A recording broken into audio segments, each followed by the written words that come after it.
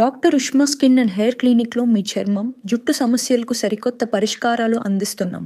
మొటిమలు, చర్మ దురద, వయసు కారణంగా వచ్చే చర్మ సమస్యలు లేదా జుట్టు సమస్యలైనా మేము మీకు సరైన చికిత్సను అందిస్తాం. మా విజయవాడ మరియు మచిలీపట్నం బ్రాంచీల్లో మీకు సౌకర్యంగా సేవలు అందిస్తాం. నేడు అందరికీ నమస్తే అండి. విశాఖపట్నంలో ఆల్రెడీ ఇన్ఫోసిస్ నడుస్తోంది, తమ కార్యకలాపాలు ప్రారంభించింది. అలాగే అదానీ డేటా సెంటర్ కూడా నడుస్తోంది. కాకపోతే వాళ్ళు అనుకున్న లక్ష్యాలకు తగ్గట్టు కాదు, కానీ సమ్ బెటర్.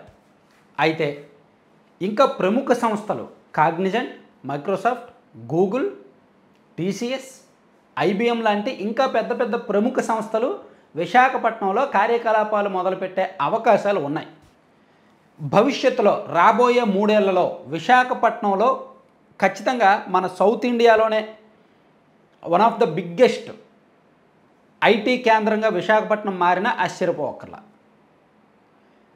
సో ఎందుకు ఈ మాట చెప్తున్నానంటే, ఇప్పుడు కాగ్నిజెంట్ ఆల్రెడీ అక్కడ 1583 కోట్ల పెట్టుబడితో కాగ్నిజెంట్ అక్కడ క్యాంపస్ ఏర్పాటు చేయడానికి రెడీ అయింది. 2029 నాటికి 8000 ఉద్యోగాలు ఇస్తాము అని లక్ష్యంగా పెట్టుకున్నారు. 2026లో ప్రారంభం నుంచి తాత్కాలిక సెటప్ మొదలు పెడతారు. ఆ తర్వాత ఏఐ, ఆర్టిఫిషియల్ ఇంటెలిజెన్స్ ద్వారా డిజిటల్ ట్రాన్స్ఫర్మేషన్తో వాళ్ళ సెటప్ని పెంచుకుంటూ వెళ్తారు. 2029 నాటికి 8000 మందిని ఉద్యోగాలు ఇస్తారనమాట. అలాగే టీసీఎస్ కూడా, టాటా కన్సల్టెన్సీ సర్వీసెస్ వాళ్ళు కూడా 1370 కోట్ల పెట్టుబడితో ఒక క్యాంపస్ ఏర్పాటు చేయాలని నిర్ణయించారు. వాళ్ళు కూడా దాదాపుగా 10,000 మందికి ఉద్యోగాలు ఇస్తాము అని చెప్తున్నారు. ఈ రెండు కూడా గుడ్ న్యూస్లే. ఆల్రెడీ ఇన్ఫోసిస్ 2023 అక్టోబర్లో అనుకుంటా ఇన్ఫోసిస్ వచ్చింది. గతంలో వైసీపీ అధికారంలో ఉన్నప్పుడే ఇక్కడికి ఇన్ఫోసిస్ వచ్చింది. ఇన్ఫోసిస్ ద్వారా సుమారుగా 1000 మంది ఉద్యోగులు ఉన్నారనమాట. ఇన్ఫోసిస్ని కూడా మరింత విస్తరించి 5,000 మందికి ఉద్యోగాలు ఇచ్చే అవకాశాన్ని పరిశీలిస్తున్నారు. అలాగే మైక్రోసాఫ్ట్, అత్యంత కీలకమైన ఐటీ దిగ్గజ సంస్థ అయిన మైక్రోసాఫ్ట్ కూడా విశాఖపట్నానికి వచ్చే అవకాశాలు ఉన్నాయి. ఇది ఇప్పుడు కాదు, 2016లోనే అప్పట్లో ఉన్న ఆంధ్రప్రదేశ్ ప్రభుత్వానికి అండ్ మైక్రోసాఫ్ట్కి ఒక ఒప్పందం జరిగింది. ఆ తర్వాత ప్రభుత్వం మారిన తర్వాత అది వెనక్కి వెళ్ళిపోయింది. సో తాజాగా మళ్ళీ మైక్రోసాఫ్ట్కి అండ్ ప్రభుత్వానికి ఉన్న ఒప్పందం ప్రకారం ఏంటంటే, విశాఖపట్నంలో 500 ఎకరాల్లో ఒక భారీ డేటా సిటీని ఏర్పాటు చేయాలని మైక్రోసాఫ్ట్ ఆలోచిస్తోందన్నమాట. అలాగే డేటా సెంటర్లు అండ్ ఆర్టిఫిషియల్ ఇంటెలిజెన్స్ హబ్ల కోసం మౌలిక సదుపాయాలు పరిశీలిస్తున్నారన్నమాట. So AI and skill development సెంటర్లు ఏర్పాటు చేయడానికి ఆంధ్రప్రదేశ్ ప్రభుత్వం మైక్రోసాఫ్ట్తో ఒక కీలకమైన ఒప్పందం చేసుకుంది. అవన్నీ కూడా విశాఖపట్నంలోనే ఉండాలి అని ప్రభుత్వం భావిస్తుంది.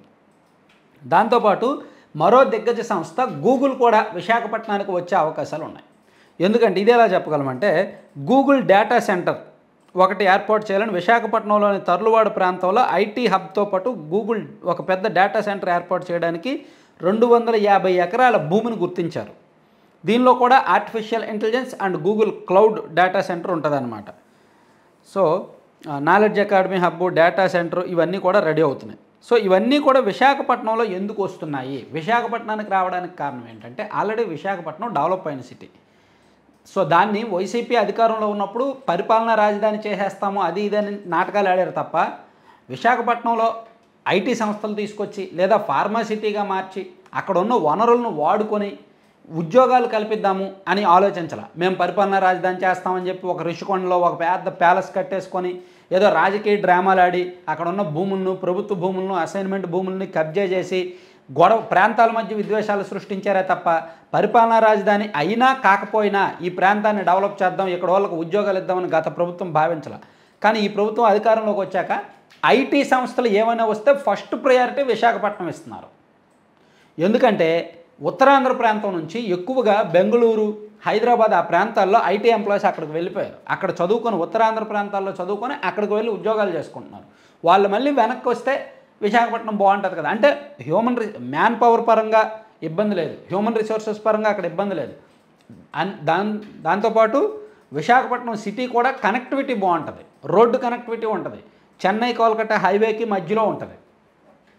అండ్ పోర్ట్ ఉంది, జాతీయ స్థాయిలో ఒక మేజర్ పోర్ట్ ఉంది. అలాగే భోగాపురం ఇంటర్నేషనల్ ఎయిర్పోర్ట్ కడుతున్నారు. సో అంటే అన్ని రకాల ట్రాన్స్పోర్టేషన్స్కి కూడా అక్కడ ఫెసిలిటీ బాగుంది. గూడ్స్ రవాణాకు కూడా బాగుంటుంది. ప్లస్ ఇంటర్నేషనల్ నుంచి ఎవరైనా రావాలన్నా సరే అది కరెక్ట్ అయిన సెంటర్. సిటీ కూడా ఆల్రెడీ డెవలప్ అయింది. అందుకే ఇక్కడ ఐటీ పరంగా, టెక్నాలజీ పరంగా, ఆర్టిఫిషియల్ ఇంటెలిజెన్స్ పరంగా ఈ ప్రాంతాన్ని అభివృద్ధి చేస్తే బాగుంటుందని చెప్పి ప్రభుత్వం తలుస్తోంది. అలాగే దాంతోపాటు ఆ చుట్టుపక్కల విశాఖపట్నం చుట్టుపక్కల ఉన్న అనకాపల్లి, నరవాడ ఆ ప్రాంతంలో కూడా ఆల్రెడీ ఆర్సిలార్ మిత్తల్ విశాఖపట్నంలో గ్రీన్ హైడ్రోజన్ ప్లాంట్ ఏర్పాటు చేయడానికి, అలాగే ఆర్సిలార్ మిత్తల్ వాళ్ళ స్టీల్ ప్లాంట్ ఏర్పాటు చేయడానికి ఆల్రెడీ గతంలోనే ఒప్పందాలు కుదిరాయి. దాంతోపాటు డిఫెన్స్ సెక్టార్లో కూడా విశాఖపట్నం నావల్ బేస్కు దగ్గరగా ఉండడం వల్ల రక్షణ రంగానికి సంబంధించిన తయారీ యూనిట్లు, పరిశోధన యూనిట్లు కూడా ఇక్కడ ఏర్పాటు చేయడానికి రెడీ అవుతున్నారు. దాంతోపాటు ఫార్మాస్యూటికల్స్ విశాఖపట్నం ఎప్పటికే ఒక ఫార్మా హబ్గా ఉంది. ఫార్మా రంగంలో మరిన్ని పెట్టుబడులు తీసుకురావడానికి కూడా ప్లాన్ చేస్తున్నారు. అలాగే రెన్యూవబుల్ ఎనర్జీ అంటే నేను పర్టికులర్గా ఇప్పుడు మనకి ఆంధ్రప్రదేశ్ రాజధాని అంటే అమరావతి. అమరావతిలో భూములు గుర్తించారు, డెవలప్ చేస్తున్నారు, కొన్ని కట్టడాలు జరుగుతున్నాయి. అమరావతి పూర్తి స్థాయిలో డెవలప్ అవడానికి ఒక 5 ఏళ్ళు పట్టొచ్చు, లేదా 10 ఏళ్ళు పట్టొచ్చు. ఆ తర్వాత అమరావతి సెక్టర్ ఇక్కడ రావాల్సిన ప్రాజెక్టులు ఇక్కడికి వస్తాయి. రాయలసీమ ప్రాంతానికి రావాల్సిన ప్రాజెక్టులు రాయలసీమకు వస్తాయి. రాయలసీమలో ఏంటి, ఎక్కువగా డ్రై ఏరియా కాబట్టి, బీడు భూములు ఎక్కువగా ఉంటాయి కాబట్టి ఈ సోలార్ సంబంధించి ప్లాంట్లు కావచ్చు, అంటే పునరుత్పాదక ఇంధనం తయారీ ప్లాంట్లు కావచ్చు, ప్లస్ ఈ కార్ల పరిశ్రమలు, ఆటోమొబైల్ పరిశ్రమలు అవన్నీ కూడా రాయలసీమకు వస్తే బాగుంటుంది. విశాఖపట్నంలో ఆల్రెడీ మ్యాన్ పవర్ ఎక్కువ, హ్యూమన్ రిసోర్స్ ఎక్కువ ఉంది కాబట్టి, ప్లస్ చదువుకున్న వాళ్ళు బాగానే ఉంటారు ఆ ప్రాంతంలో, ఆల్రెడీ డెవలప్ అయిన సిటీ కాబట్టి, ప్లస్ అన్ని రకాల ట్రాన్స్పోర్టేషన్ ఫెసిలిటీస్ ఉంటాయి కాబట్టి అక్కడ రావాల్సిన ఐటీ సెక్టారు, ఫార్మా దాని రిలేటెడ్ అక్కడ వస్తున్నాయి అన్నమాట. అలాగే అమరావతికి రావాల్సినవి అమరావతికి వస్తాయి. సో ఇవన్నీ కూడా దేనికవి విడిగా చూసినా అన్ని ప్రాంతాలు డెవలప్ అవ్వాలనేది మన రాష్ట్ర శ్రేయోభిలాషులుగా మనందరి వాదన, ప్లస్ ప్రభుత్వం కూడా దానికి తగ్గట్టు ఆలోచన చేస్తుంది. అందుకే ఏమొచ్చినా సరే మీరు అమరావతిలో పెట్టేయండి, విశాఖపట్నం వద్దు అని చెప్పట్లా.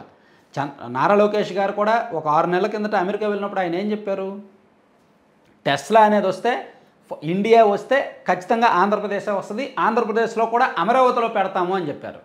యాపిల్ సంస్థ ఇండియా వస్తే ఖచ్చితంగా మన ఆంధ్రప్రదేశ్కి వస్తే ఆంధ్రప్రదేశ్లో ఖచ్చితంగా విశాఖపట్నంలో పెడతామని చెప్పారు.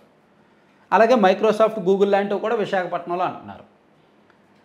ఇట్లా ఒక ప్రయారిటీ ఇచ్చారు. ఒక్కో ప్రాంతానికి ఒక్కో ప్రయారిటీ ఇస్తూ ప్రభుత్వం ఒక బ్యాలెన్స్డ్గా వెళ్తుందని చెప్పుకోవచ్చు.